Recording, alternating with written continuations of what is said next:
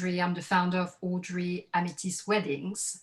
We are international wedding planners based in London, but we interact with couples all over the world. And tonight we have a very special guest. You must have seen the couple absolutely everywhere on social media, on TV. They were featured on Vogue magazine. They have their own GIF. And the bride, well, she is very famous. Please join me to give a very warm welcome to Carrie-Anne. Welcome, Carrie-Anne. Thank you so much, Audrey. It's a pleasure to be here with you. Thank you so much for watching and being essentially a part of our special ceremony. On TV, they were featured on Vogue magazine. They have their own GIF. And the bride, well, she is very famous. Please join me to give a very warm welcome to Carrie-Anne. Thank you so much, Audrey. It's a pleasure to be here with you. Thank you so much for watching and being essentially part of our special ceremony. Thank you so much. Thank you for your time. I'm very, very grateful that you are with us tonight. And I remember clearly the first time that I saw a picture of you and Mike. You were so powerful, so beautiful, so confident. And I was struck by your beauty. But not only that, then I found out that you are actually a doctor. So can you tell us a bit about yourself? Yes, so that is correct. I am an OBGYN physician. And so I'm pretty sure most people around the world know exactly what that means. But essentially, I care for women of all ages, of all kinds, throughout essentially their entire reproductive life and beyond. So I deliver babies on a regular basis. I care for pregnant women during their pregnancies. And I also take care of all of their gynecological needs. So everything about vaginal health, about the uterus and removing the uterus, you know, the breast, everything that makes us female. I essentially just incorporate all of that in my practice. Amazing. Amazing. I wanted to know a bit about Michael. How did you guys meet? So we met in the gym, okay? It is not the most ideal place to meet. And honestly, on my standpoint, I was not trying to meet anyone in the gym. You know, I frequent the gym on a regular basis because it essentially has been a very big part of my well-being. It's a part of my mental health and sanity, you know, with a lifestyle that I have, which is extremely busy, and it's been busy as such my entire life. And so I go to the gym to release, to relax, and to rejuvenate myself. And so when I'm there, I am focused. You know, this is what we're doing. We're in and out, getting my workout done and going home. So it has never been a place for me to socially meet someone. And so this was now about 7 years ago, and Michael approached me and I was like, no, like, no. But, you know, if I feel flattered, wonderful, but had no intentions at all to kind of take that one introduction any further. And then I think Michael is in the Navy. He's a veteran. Can you tell us more?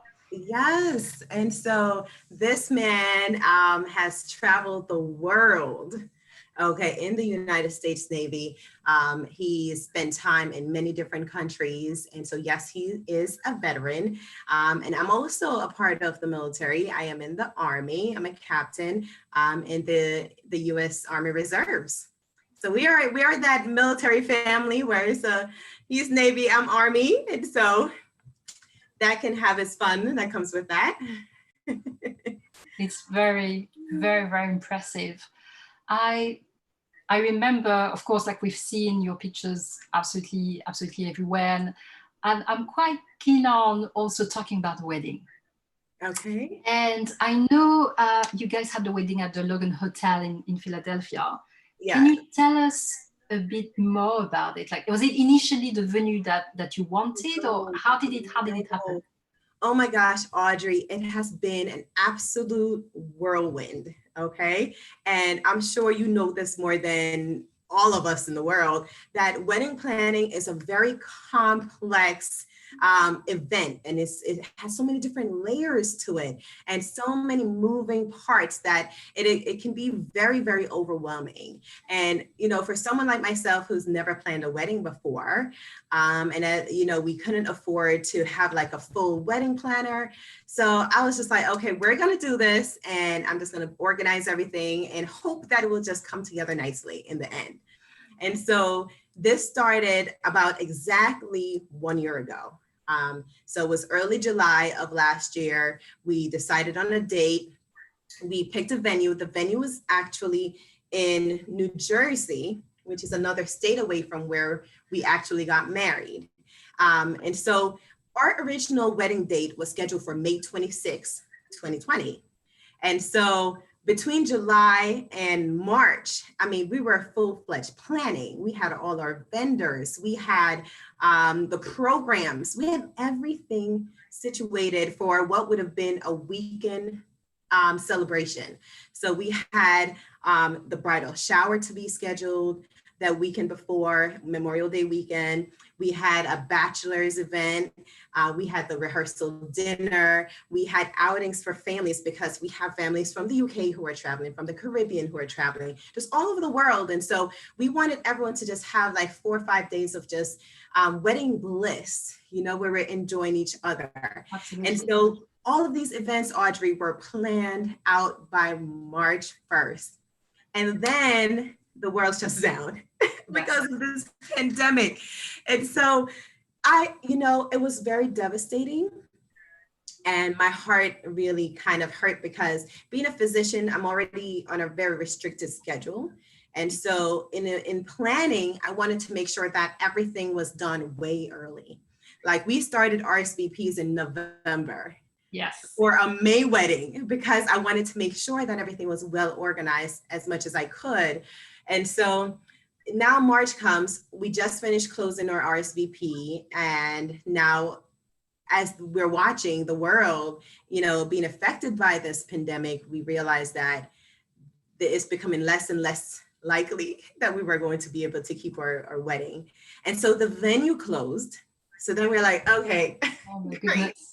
Like, this is just not happening, And so even though we were still very, very hopeful and, we were really trying to hold on to everything, it really became apparent by the end of March that this was just not going to happen.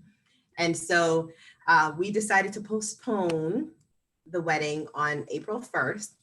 And at that time, we're still a little bit, we're checking the schedules and the calendar and watching the world. We were watching China to kind of get an idea of how soon we'll be able to get back to our regular lives. And end of April came, and it's just like, this doesn't look promising at all. And then May comes, and May was probably the most painful month of the year for me, because our wedding was at the end of that month, or supposed to be. And so as we're getting closer and closer to that date, my heart was just hurting more and more and more and more. And, being a front line and working with COVID patients and being in the hospital and seeing what it really means in reality. And my mom had COVID. And so I'm working with her, and, it's stressful to have your mother who is supposed to give you away as a bride, and the wedding that might not happen. And, so many thoughts are in my mind, Audrey. And so I was not happy in May at all. So then a beautiful thing happened. And this is when things started to kind of turn around a little bit. We decided that 2020 for a big celebration was just really not going to work out. And there was a quarantine for an England family. Like, our wedding date was picked based on family in London by the holidays that you have there. So it had to be at a certain time, and just being quarantined was just not going to work. So we decided to move the wedding to 2021. And so I also wanted to make sure that we were able to keep a similar date so that we didn't have like 5 different dates to celebrate later in life. So I started looking at dates that would be able to give us a good year celebration right after. And so things just started to come together because Mike didn't want to wait until 2021. He was just like, I don't want to wait that long. And I'm like, but I don't want to not have a wedding. And so we met in the middle, kind of, where we decided not to go to the courts because that would just that's just too painful. And we decided to go ahead and get married this year. And so I came across the Logan's ad, and it's very interesting the way this happens because it was 2.5 weeks before June 6th, which is the date we got married. And I was like, okay, we can get married this year, but it kind of needs to still have some kind of symbol of like a wedding and beauty. But then we were just like, how are we going to do this in a pandemic and in a place where we can't even socially gather? Like, this is going to be difficult. So I started thinking about places that would be outdoors. Literally, Audrey, I was like, if this could be in someone's backyard, on a field somewhere, in the middle of nowhere, I'll be happy as long as the people who are closest to us would be able to witness it and that it would still be special. And so I thought about the Logan Hotel because we were actually initially planning to have my bridal shower there. And I remember they had a rooftop. I didn't know they had a courtyard. And so I was like, well, if they open the rooftop for us, we'll be in the open and maybe we can have 5 or 10 people there to celebrate with us. And so I went to their website, and I remember this vividly because I was laying on the couch next to Mike. He works at home now and he's doing his work.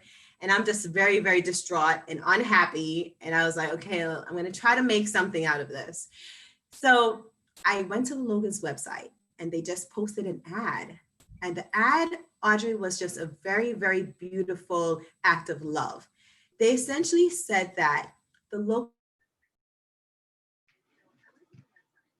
Hotel is closed because of the pandemic. However, they have a beautiful courtyard with a garden that is just sitting there. And so they said, if you were a couple that was scheduled to get married, but your wedding is either canceled or postponed because of the pandemic, we're offering the courtyard for you to have your ceremony free of charge. Oh my goodness. Audrey, I looked, I was just like, this is the very first place I decided to look on to check to see if anything was available. And so as soon as I get it, this courtyard is. It's amazing. I tell you what, Carrie Ann, when I saw this picture, yeah, I didn't think about COVID. I didn't think about a pandemic. I see sophistication. I see beauty. I see grace. It was magnificent. Yeah. Absolutely. And with your reference, Married by Roxy. Yes. Your choice of colors. I'm not surprised you chose that venue. It was amazing. It was absolutely amazing. It was absolutely, absolutely amazing. And we had never been to the Logan prior to this. And so I just saw the pictures online. And then one day we decided to drive down to kind of take a look at it. And then we were like, this is pretty nice. And so I always wanted to have our ceremony outdoors. And our venue wasn't able to do that for us in New Jersey, and either way. And so I was happy. I was like, okay, well, I really wanted an outdoor ceremony. So I think this is going to work out very nicely. And so in 2 weeks, Audrey, we had to get a full new team of people. And, part of the challenge was that the Logan were offering only 2 dates at the time, and you only get 1 hour. That's it. The Logan is closed. There wasn't even restroom open for your guests to go to. Like literally, it was just coming and getting your ceremony done and going home. And so I was like, okay, I'm going to kind of push to kind of get the things that I'm hoping for. So I said, is it okay for me to bring a florist? They said yes. I said, how much time do we get for this? They said 30 minutes to set up. I was like, okay, this is gonna be Wow. tight. And so I was like, okay, is it okay for us to have like a cake? They said yes, but we don't have like utensils and things like that, so you wouldn't be able to serve it. I said, okay. Would we be able to maintain like social distancing and doing all that other stuff? They said, absolutely. That's a part of their setup. We can kind of just set the chairs however we want to and things like that. I said, perfect. And then what about a photographer? Now, they had a photographer, Philip Gabriel, who decided to offer his time, Audrey, free of charge. Free of charge. Wedding photography is expensive. It is indeed. And for him to offer his time to all these couples who were affected was something that just makes me like, it resonates so much with my heart that it makes me feel just so much love that it makes me want to cry every time I think about it, because in such a hard time, you know, we're struggling in the world in so many different ways. We have new norms that we could have never imagined could happen at this time. And for people to still have a good heart and to offer their services to us, it was something that even if I really didn't want to, you just have to, because these are acts of love, and you kind of have to receive those loving acts and spread it back to the world. And All about gratitude. Absolutely. yes, It's all about absolutely. being. I'm amazed by everything that you're saying, because in these difficult times, it's fascinating to see how people get actually closer, Yeah, and how they are helpful and actually there for you. The ceremony was absolutely stunning, and I wonder, did you want an outdoor ceremony? Because there was also the white doves. Is that something you had yeah. in mind for a So long time? no, because so we had two different unity ceremonies, and in my mind, I wanted to really for families to connect, and our families love each other. Like it was almost as if we were the one family initially. Mm. That's how well our families just come together, like molded. And so I really wanted, first off, our parents. I love our mothers dearly.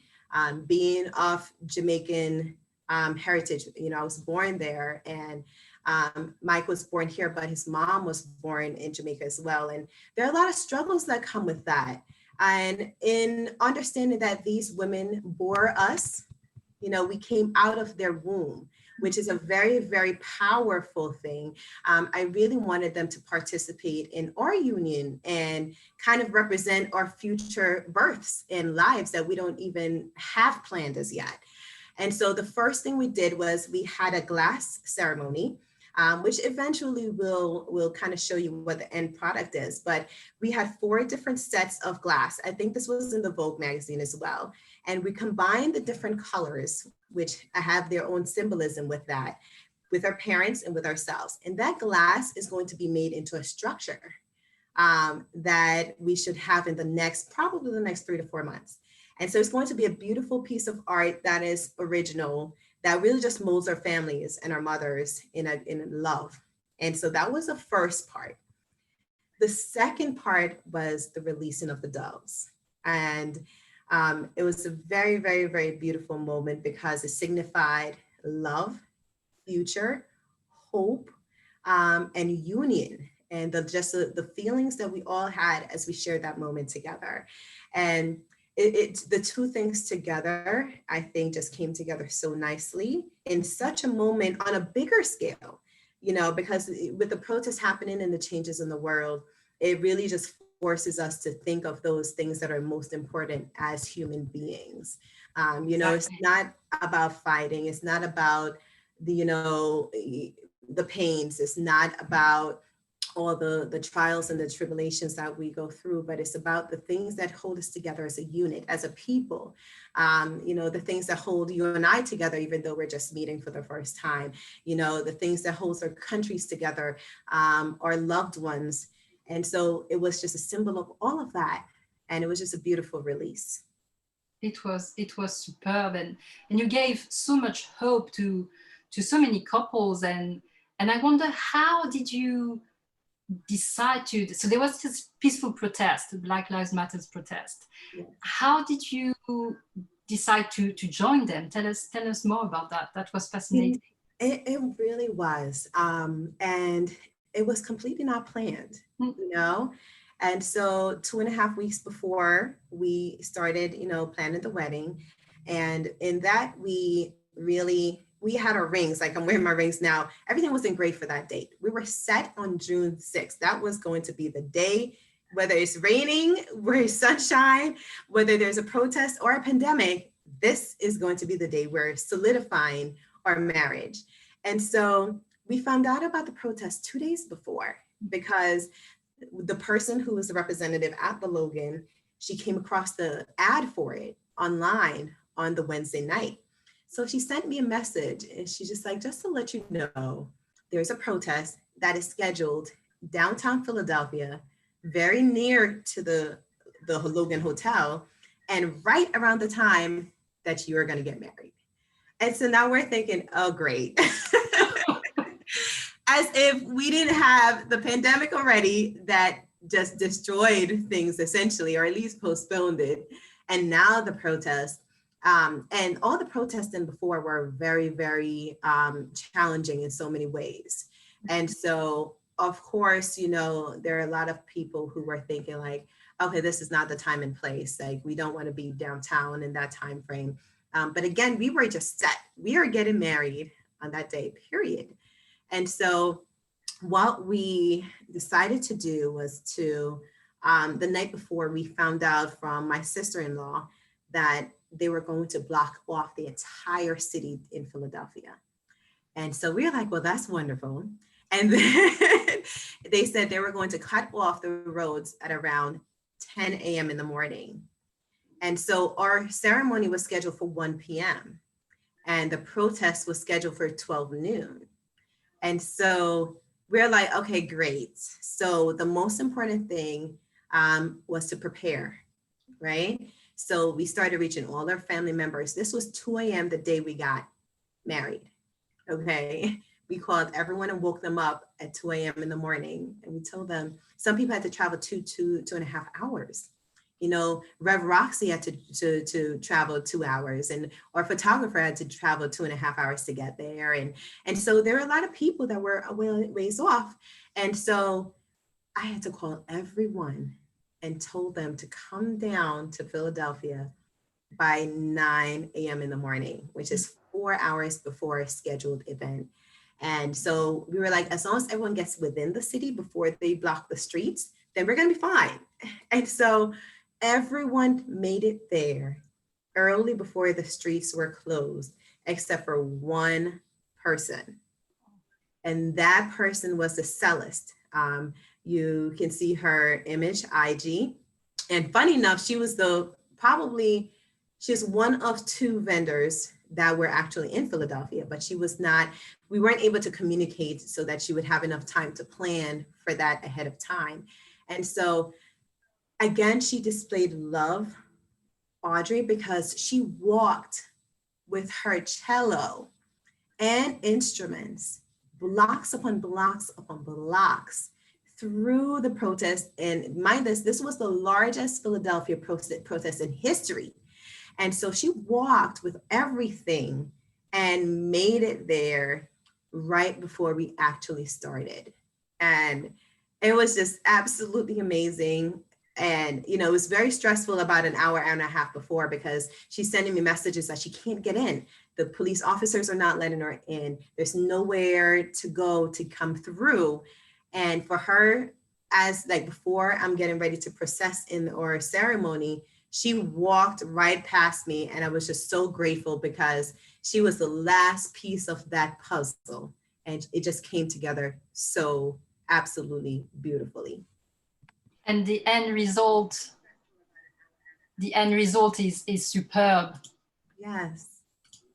The end result is you having this life-changing moment with Michael that gave so much hope to so many couples worldwide to say, if you keep positive, it's okay. You actually can get married. What's important is the two families coming together. It gave so much hope to also, the minorities Yes. struggling and seeing this beauty and this love on that moment. That's incredible. And Audrey, the interesting thing about this moment is that one, it would have not happened if I had not left my bouquet in my hotel.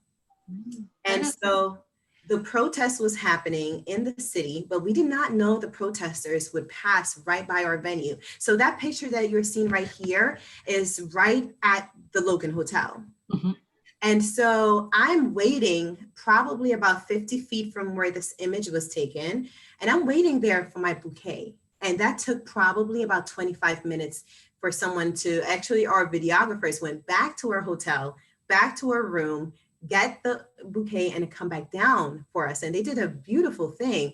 And so while I'm waiting, the protesters are starting to march down, passing the Logan Hotel. And so I'm standing there and the protesters are just, they're looking to the right and they're just like, oh, a bride. And I think they were just amazed at one, that they're seeing love in this time, that we need more love. And they see me in a full gown. And I think that was just such a beautiful representation of purity and love and the finer things that we don't see in a dark world sometimes. And when they see and think about a marriage happening, which is a union between two people and two families, but with this joining that leads to future, connection, and changing the world in so many ways, I think all of those symbols just really resonated with people. If you look at some of the other images as well, people were just so happy and excited. You see people that are just clapping. And if you could have heard the sounds, Audrey, people were cheering and chanting.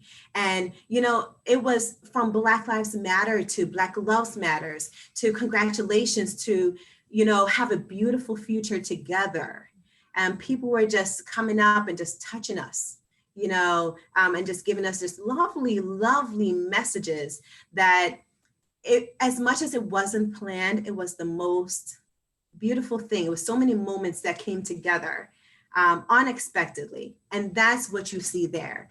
I was just feeling so much within my soul. And I was so excited to see Mike because he didn't know what was happening this entire time. Yeah, so he hears the cheers, there are helicopters above, and he's hearing all this noise from the other side, but we had not seen each other yet that day. And so as he presented right before this moment here, it was the very first time we saw each other. And it was so beautiful. I was so excited. I am so in love with him, and the fact that he's just the beautiful epitome of what a Black man is in a world. And when I connected with him and held his hands, I felt this energetic power, this magnetic power that flowed between us, but also flowed between all the protesters who were there experiencing the moment with us. That's absolutely magnificent. I think it's a very good, it's amazing. Your story is just absolutely incredible. And I think, as you mentioned, people must have been shocked. Like, you don't expect at that time to see a beautiful bride in her gown. And your gown, I want to have a look at it. If I may, it's the flowers were superb. The gown from Sophia Tolil, this Australian fashion designer, is quite something. But I think you chose it after a 12-hour shift. Tell us more about how you selected your amazing gown. Oh gosh, Audrey, it was just everything about this ceremony is just so beautiful, So my initial gown is still in Russia, which is where I ordered it from. And so when we have our ceremony next year, or a wedding next year, that gown will still be worn. So I went on what was like a like a race, like a marathon, to try to find a gown when all boutiques are closed. Okay. So it Yeah. was it was very difficult. I called many different places, and I randomly came across this link in my text messages with friends from like a year ago. And when I clicked on the link, that had absolutely nothing attached to it, so I didn't know what the link was for. I clicked on the link and it went to a bridal studio in New Jersey that just happens to be about 15 minutes away from the hospital that I work. And just like every other boutique, I called and I left a message. And this person, her name is Michelle, at her studio, she called me back probably about the next day. I think it was 24 hours later. And I explained to her that we decided to essentially elope in about 2 weeks. So I said to her, you know, I've been calling around different places and you're the first person to actually call me back. And everyone seems to be closed. Is it possible that you would be able to get a gown for me? So she's listening on the other end and you can hear her. She's just like, in 2 weeks? And she's like, what date? I said, June 6th. She's like, Then she was just like, well, what size are you? I was like, well, I'm like a 4 or 6, you know. She's like, okay, well, maybe we'll be able to find something off the racks. And so I said to her, I was like, well, the only thing is that I work during the day. And there's absolutely no way for me to be able to come in any other days. Can you open up for me at night? And she said, well, what time? And I was like, well, about 8 p.m., maybe. So she was just like, okay, I can do that for you. And so I left the hospital and after a 12-hour shift, and I met her. She opened up her boutique. And then I'd never tried on a gown before this, Audrey, because even when I ordered my original gown, I had not tried any gowns at all. I didn't know what my style would be. I didn't know what I would feel, you know, wonderful in.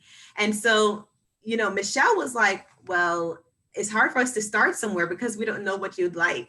I told her I don't. So we literally started just going through her racks and we took out 12 gowns. They were different colors, different styles. It was lace, it was, you know, champagne color, ivory, white. It was just all types of dresses and different styles. And this gown was my fourth gown that I tried. And so the first gown was like, okay, this is beautiful. The second one was like, this is beautiful. The third one, this is beautiful. Then I tried on this gown and I was like, I feel like a bride. And I was like, it was a very, very different feeling. And so she was just like, okay, well, we'll put this one on the side. Let's, you know, try on the rest. And so then I tried on about 4 other gowns. And the one I actually purchased was not this gown. And the other one that I purchased, which was like 4 hours later, this is like midnight now. And I made the purchase for the gown. It was a very beautiful lace. And I loved the way the lace felt. But after I purchased the gown and I left the boutique, I sent her a message at 12:15 a.m. And I said, Michelle, I think I have a change of heart. I'm still thinking about, and I still feel that first dress that I tried that made me feel like a bride. And so Michelle, she was just like, okay, if you want to change the dress, that's completely fine. How about you just sleep on it and let me know tomorrow if you still want that. And Audrey, as soon as I woke up, I sent her another message and I'm like, Michelle, we have to meet because I need that gown. And so about 2 days later, she met up with me again and I tried on the gown. So she's just like, put both of them on. And as soon as I put on the gown again, I felt like a bride. I was like, I don't know what I feel. I don't know what this means, but I love the way I feel in this gown. And that's my gown. And that's my last word. And so this is how we got to this gown. We actually changed the top portion a little bit. We did some alterations there. And it was absolutely stunning. I could have never told you that this would be the gown I would have chosen. But Sophia Toley, she makes absolutely amazing gowns. And I felt so amazing in it. I felt so good. And it just gave me like a freedom of, like a release, a freedom that I loved about it. And yes, it was beautiful. It was definitely your dress. It suited perfectly well. It's superb. It's sophisticated. It's feminine. It's wonderful. It has been quite a roller coaster for you guys. And is your mom now 100% okay? She is. You know, she was tested. She was positive at first, early April. And so between April and early June, which was 8 weeks later, she kept testing positive and positive and positive. And so she had gotten her negative testing a couple of days before her ceremony. And it, you know, if you can only imagine being in quarantine, isolation for 8 weeks, 8 entire weeks in your house in one room, it's a very, it's almost like you're in prison, you know? And so I did not want to have this moment without her because the initial plan was for her to walk me down the aisle. Yes. And, you know, even 5 days before, you know, Mike and I are talking about it and we're just like, well, what if she's still positive? And, you know, all of these thoughts, what's going to happen? And, you know, I was just hopeful. I was like, you know, well, if we have to wear masks for her to walk down and keep her isolated, then maybe, but I would just love for her to be negative. And, you know, when the testing came back, oh my gosh, you talk about things just coming together. Um, she felt so relieved, you know, even though she had not been symptomatic for about 6 weeks prior to that. But just because she kept testing positive, we wanted to know for sure that she's negative prior to her being out. And so it happened just a couple of days before. And so that was like her first event out. And so I was just so elated, so happy. Like nothing made me happier that day, but for her to be there with me. But I'm a big fan of the law of attraction. I'm a big fan of as you said, talking about like the energy that you felt when you hold when you had like Mike's hand, and all this positivity and all this gratitude and all the amazing work that you're putting out there. Like the universe came together so that on your day everything went not even as planned, like beyond everything that you dreamed of. And I'm thinking, so what's the future for you guys? That's a good question because I don't think we have an answer to that yet. You know, at this time, we're looking forward to being able to celebrate with everyone. And so we're planning for our wedding to be exactly 1 year from our ceremony this year. And hopefully the world is a little bit different. And, you know, hopefully we're able to really socially be together in a way that's meaningful and without us having fear in our mind and, you know, us being just so nervous about everything. You know, at this time, it's really hard for anyone to go anywhere without thinking, you know, where's your mask, you know, and is it safe to go there? Did you wipe that down? And you know what I mean? So we're hoping that the days of our lives will be more normal, the way that we remember. And so if that were to happen, we'll have a beautiful celebration next June. And then maybe we'll start thinking about a family after that. That would be lovely. Yeah. I've seen your website. That's amazing to have a website dedicated to your wedding and when you're going to tie the knot again. Yeah, Everybody's going to follow that with great pleasure. Yeah, so I actually made that website from scratch. And so that website means a lot to me because it was really in that initial phase of preparing. And I really wanted for people to be able to, I didn't want to be linked with like The Knot or, you know, all these other websites, which are wonderful. But I wanted something that's original, that is ours.